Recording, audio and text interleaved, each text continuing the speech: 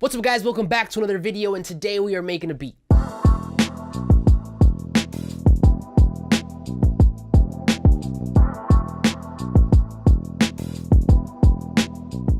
Now, I want to say about a week ago, I had a conversation with one of you guys, shout out to Keeley, over on Twitter, and we were kind of discussing how third-party plugins are kind of expensive. Now, I was making the case that you don't really need third-party plugins in the beginning when you're starting out to make great beats, because now a lot of these programs, they come with great built-in VSTs and great one-shots that can help you make your beats. So with that being said, for this episode of Beat Making Monday, I wanted to make a video, or make a beat rather, with only using stock sounds from Studio One 3. Everything that I use today, all the VSTs, all the one-shots, they will come natively when you purchase Studio One 3. So all of what I'm using today, you will have access to if you already have the program. That also means that I'm not going to be using my machine. I'm going to be using the native beat pad, the native sampler from Studio One. The only piece of hardware that I'm going to use today is my MIDI controller, because I just can't paint notes. I have to play something. But in the case that you don't have a MIDI controller, you can always open up the piano roll and paint your notes in that way. Now, jumping into Studio One real quick, as you guys can see, I will be using Impact, which is Studio One's native beat pad, native sampler, and I've loaded up some one-shots into each pad.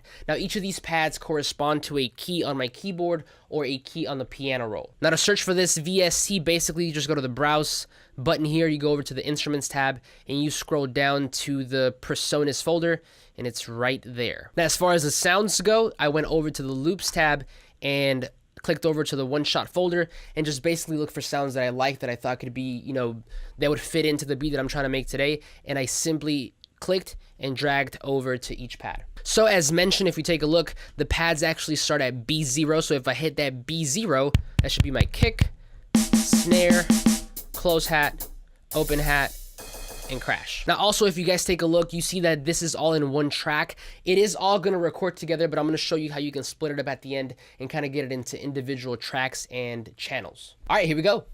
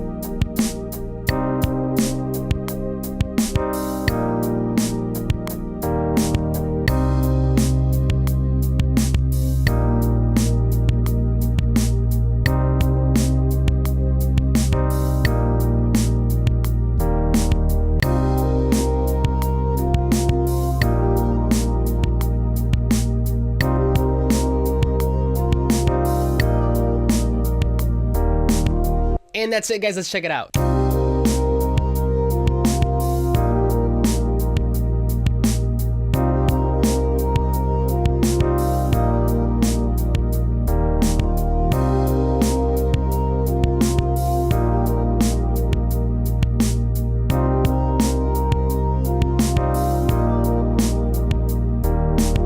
Alright, real quick before I break down the beat, I'm going to show you guys how you can separate the individual drum parts from the impact MIDI region. So the first thing you want to do is you want to click over that MIDI region for impact, right click on it, go to Instrument Parts, and then Explode Pitches to Tracks. So as you can see, it breaks it down into individual tracks based on the notes that we played. So now at this point, all we have to do is just rename everything. Okay, so I've gone ahead and done that for you guys just to save some time. But the last thing you want to do at this point is to route each individual track, each pad, to its own channel in the mixer. That way you have more control whenever you're mixing. So to do that, it's quite simple. You open up Impact again. You can just click on any one of these, and you're going to go over to the first pad, and where you see solo, mute, and then stereo 1, that stereo button is what you're going to use to route each pad to its own mixer. So make sure pad 1 is on stereo 1, pad 2 is on stereo 2, so on and so forth. And as you can see, I've already named some of mine, but you want to go ahead and do that for as many pads as you've used. And essentially what happens is it creates their own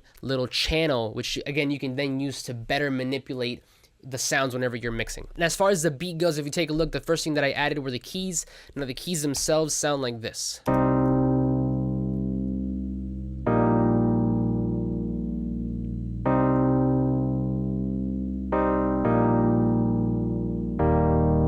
Now the keys actually came from Presonus's Presence 2 VST, and they are under E pianos and organs. It is the EP Wummy. What I will say though is that for a lot of these sounds, if they weren't exactly what I wanted, I might have tweaked some parameters. I might have messed with some LFOs and, you know, filters and what have you, but these all came from VSTs that are native to Studio One 3. Now the next thing I added were some pads just to kind of fill it in and add like an undertone, like an underbed for everything to sit on top of, and that together with the key sounds like this.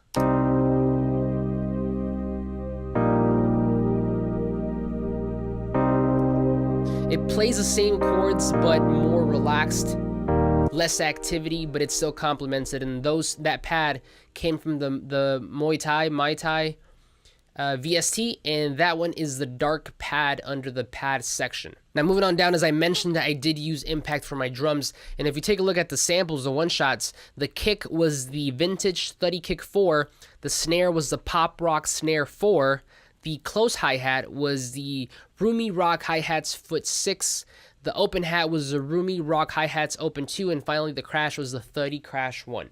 Now I started out with a simple kick snare pattern, and with everything else we have at the moment, it sounds like this.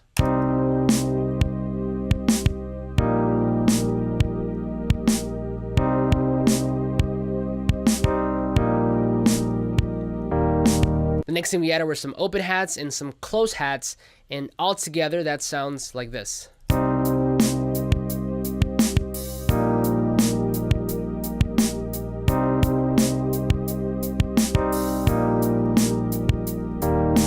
Now if you notice, wherever I had an open hat, I took out the close hat, because if it was a real, you know, drum player, there'd be no way for them to play both of them at the same time. Now finally we added that crash in the beginning just to kind of accentuate, and that sounds like this.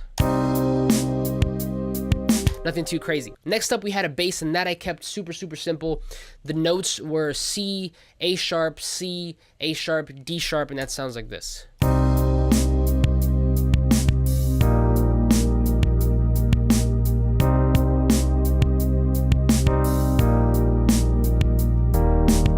Now the bass itself comes from that Mai Tai plugin again, and that one was under the basses folder, and it's called the Dropout Bass. For this one though, I did mess around with a little bit of the filters and you know, the color and all the LFOs, just because it wasn't quite to what I wanted it to be. I wanted more of like an underwater, like Drake OVO type bass. So you might have to play with some parameters, but all this is available to you. Now last but not least, I added a lead just to kind of add a little bit of spice, and this again is from the Mai Tai VST.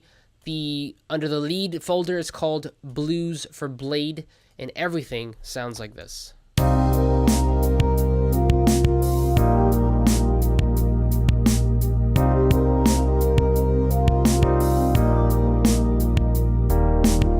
And that is it, guys. As you can see, you don't really need much to make a beat. Now, this one was super simple, but sometimes it's the simple ones that actually end up making the cut. Nonetheless, I hope this video encourages you guys to use the resources that you have, because although it is nice to have the Omnispheres and the silence and the contacts, in the beginning, if you were like me and you couldn't really afford them, using what you have is probably the best thing for you, because it'll also teach you the fundamentals of beat making, and it'll get you really learning the craft. And honestly, sometimes the restrictions we think we have are all mental, so again, use what you have, use your resources, and go out and make great music. But that's it for me, guys. Thank you so much for watching. Like this video if you liked it, subscribe if you're not already, but I will see you guys on the next one.